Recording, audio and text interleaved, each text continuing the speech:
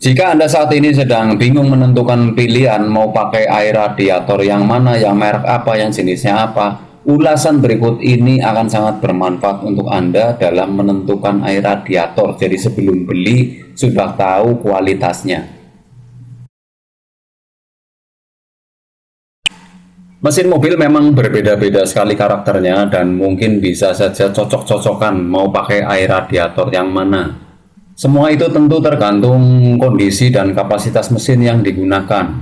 Maka dari itu saya membuat ulasan ini berdasarkan pengalaman pribadi saya saja dalam menggunakan beberapa air radiator ini pada unit Toyota, Avanza, Xenia, Rush ataupun sejenisnya yang keluaran pabrikan Toyota.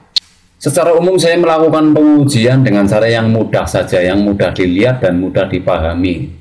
Hasilnya sudah saya ringkas dalam bentuk tabel yang nanti akan sangat mudah Anda pahami, bahkan tanpa saya harus menjelaskan semuanya, tinggal dilihat di tabelnya.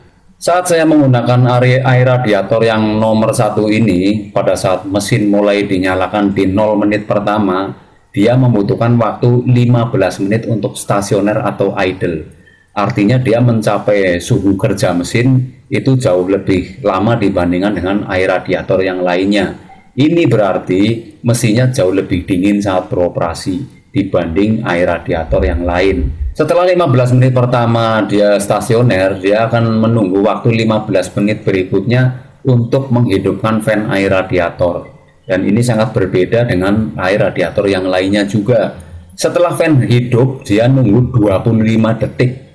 Kemudian setelah itu dia menyala kembali fan-nya setelah 5 menit. Ini posisi mobil belum berjalan.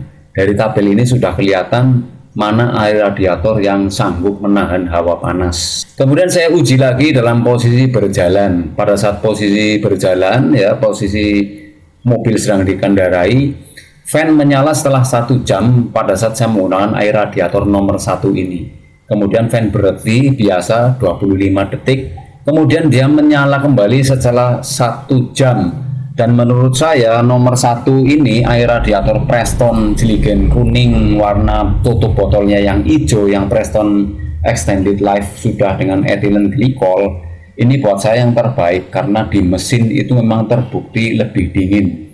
Mesin kalau lebih dingin pasti lebih awet, jarang overheat, dan pasti kalau mesin jarang overheat itu minim melakukan servis komponen karena mesinnya memiliki komponen yang jauh lebih awet. Untuk air radiator yang nomor 2 dan nomor 3 ini Anda bisa melihat tabel perbandingannya di sini. Air radiator ini juga bisa dijadikan alternatif jika Anda ingin menggunakan air radiator yang lebih murah. Hanya saja nanti masa pemakainya harus diperhatikan, terutama jika air sudah berwarna bening apalagi sudah keruh. Jika masa pemakainya sudah deadline maka harus segera diganti. Anda harus rutin ngecek tutup radiator, reservoir, apakah dia ada kerak, apakah dia warnanya rubah, apa dia warnanya keruh, terutama jika menggunakan air radiator yang kualitasnya di bawahnya. Jadi harus lebih waspada.